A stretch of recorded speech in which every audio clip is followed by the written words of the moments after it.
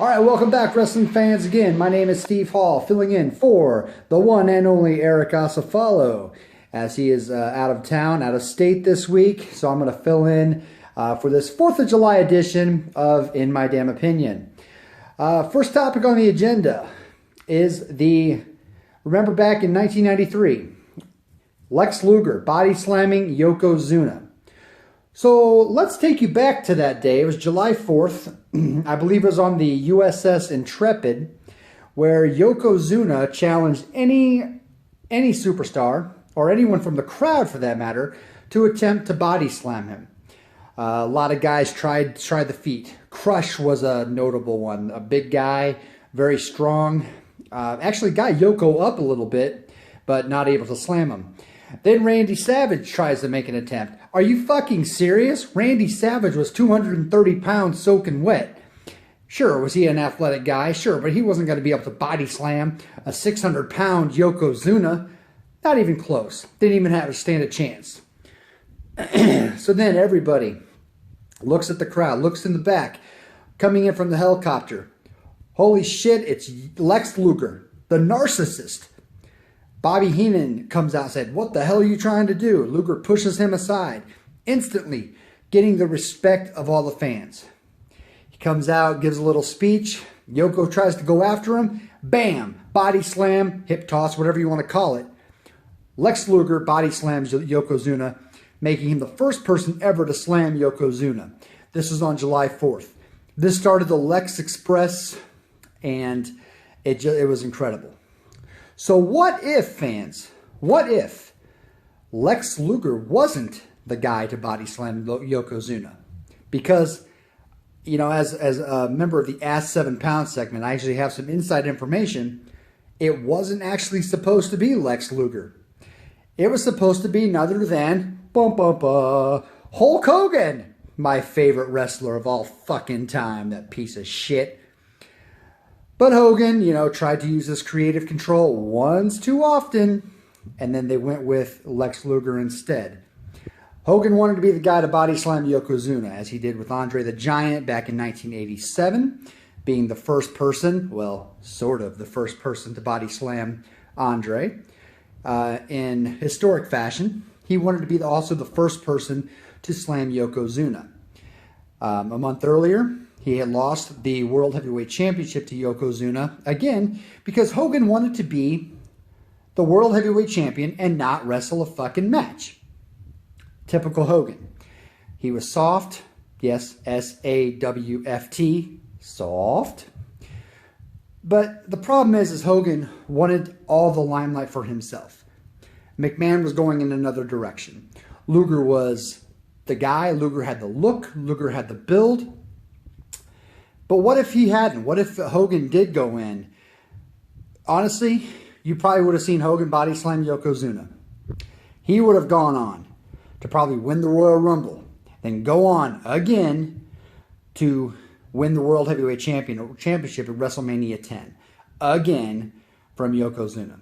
That's probably what would have happened had Vince McMahon not been so smart and to give Luger the opportunity and just basically kick Hulk Hogan to the back burner. Smart move, Vince. I applaud you to this day that you did this. Excellent move. Bravo. If I wasn't holding this recorder in my hand, I'd give you a round of applause. So I'll just give you a big thumbs up. Good job, Vince. Hogan, you're a piece of shit. Which brings us to our next topic. We're going to try the Dream Card match. Eric Lee also, I guess, is on vacation.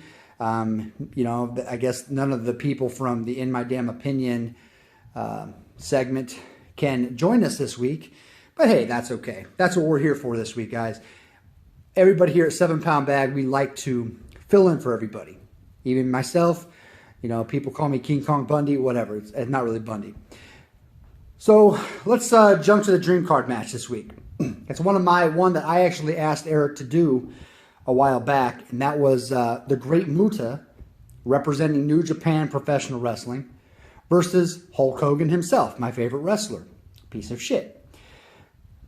Who would win this kind of match? You have one of the best wrestlers of all time in Japan versus arguably one of the best wrestlers in America, in Hulk Hogan.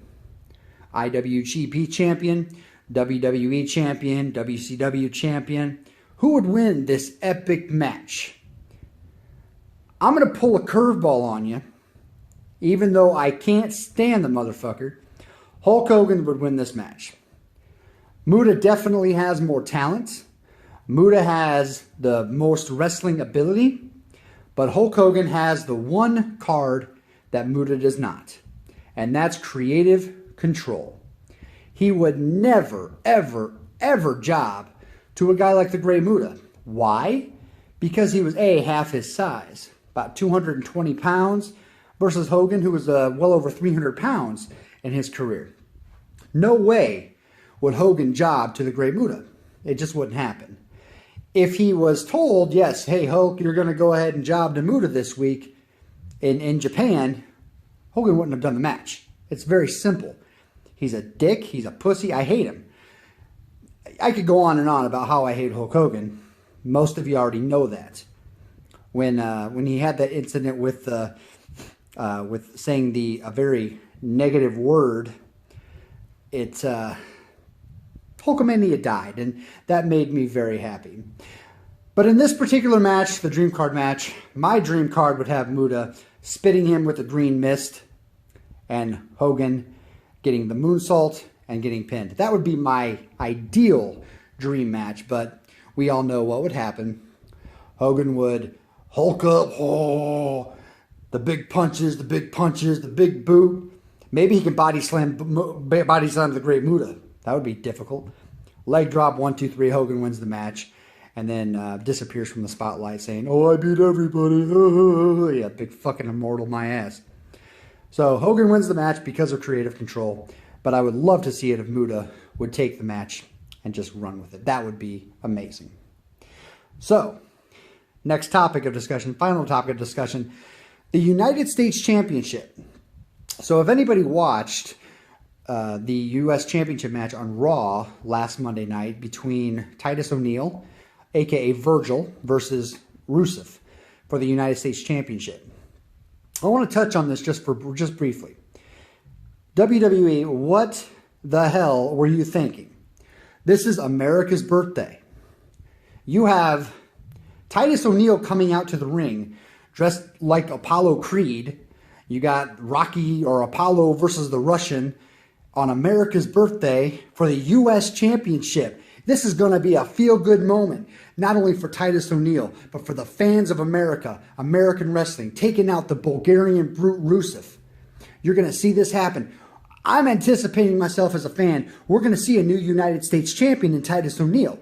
Is he the best U.S. man to do it? Maybe not, but still a feel-good moment on America's birthday.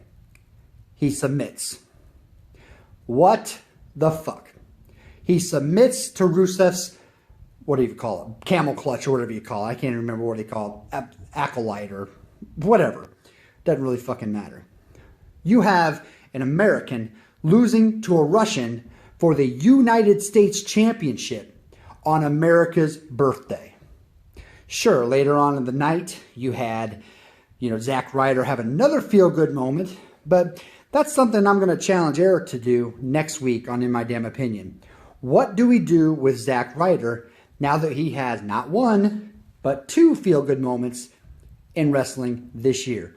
First, winning the Intercontinental Championship, and then being the final man to get the pin over Sheamus in the U.S. versus the World matchup on Raw. What do you do with Ryder? Is it time to push him, Eric? I'd like to know your opinion on this. I'd give mine, but nobody really cares. So finally, the United States Championship belt. I've gone on record many times. Who is the greatest United States champion of all time? Very simple. Lex Luger. We talked to him about him earlier in his body slamming Yokozunas. But let's take a look at Luger's tenure when it comes to the United States Championship. In 1986, he defeats Nikita Koloff to win his first ever United States Championship as a member of the Four Horsemen. He holds the championship throughout 1987, where he loses to Dusty Rhodes at Starrcade 87. So he held that championship well over a year. He then comes out and who do you beat? Michael P.S. Hayes, who beat him at Wrestle War 89. He holds the championship again throughout the entire year of 89 through 90, before losing the championship to Stan Hansen at Halloween Havoc 1990, only to regain the championship for the third time against Hansen at Starrcade. He then went on to win the World Heavyweight Championship, vacating the United States Championship. So he actually never lost the U.S. Championship in his third reign. Finally, he had a fourth reign. Many people don't know about because it was very short-lived. He defeated Bret Hart, I believe, in 1998. Defeated Bret Hart on a Nitro episode before losing the championship just a couple of nights later on Thunder. Overall, Luger had probably a good 2 or 3 year run as the United States champion throughout his career from 1986 all the way down to 1998 when he won it on Nitro. So by far, Lex Luger is the greatest United States champion of all time. That is my damn opinion. I'd like to know your opinion as well. Who do you think was the greatest U.S. champion of all time? You had several. Could it have been Eddie Guerrero? He held it a couple times. Bret Hart was another one. Curt Hennig, he was another one. Who do you think was the greatest United States champion of all time? Leave a comment, please. Let me know what you think. What other topics would you like to see on In My Damn Opinion? What kind of questions do you have about professional wrestling? I'm happy to answer those questions every Monday morning, on Ask 7 Pound. Anything you got, I would love to answer. I love to do the research and answer your questions. Send me an email, send me a tweet. At Stephen Hall, that's StephanHall, or send me an email, swhall03@gmail.com with any of your questions. But if you have a question for Eric for next week, the week after, the month from now, he's not going anywhere. As much as I try to get rid of him, he ain't going nowhere. He's going to be on this show until he decides to call it quits, which I don't think he ever will. He's such a wrestling guru. He loves this shit.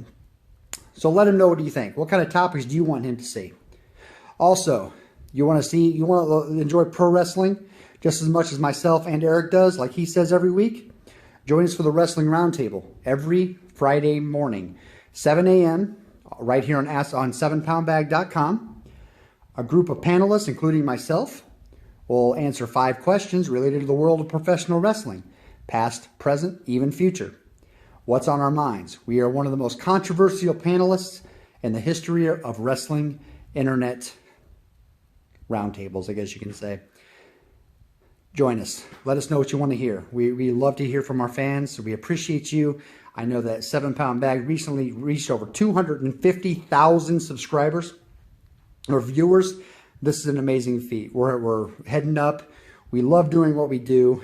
So thank you to our fans of 7 Pound Bag, especially your fans for the Wrestling Roundtable, Ask 7 Pound, and of course this show, In My Damn Opinion. That's all the time we have this week. I want to thank you so much again. Eric will be back next week after his vacation. And again, it's been fun, and I appreciate your time listening to me spiel for the last 15 minutes. Again, let me know what you think. Leave a comment. Comment on my lovely hairstyle. Do whatever you can. We love it. Thanks again, fans. And Eric will see you next week. Join us this Monday for Ask 7 Pound, and next Friday for the Wrestling Roundtable. Have a great week, and happy 4th of July.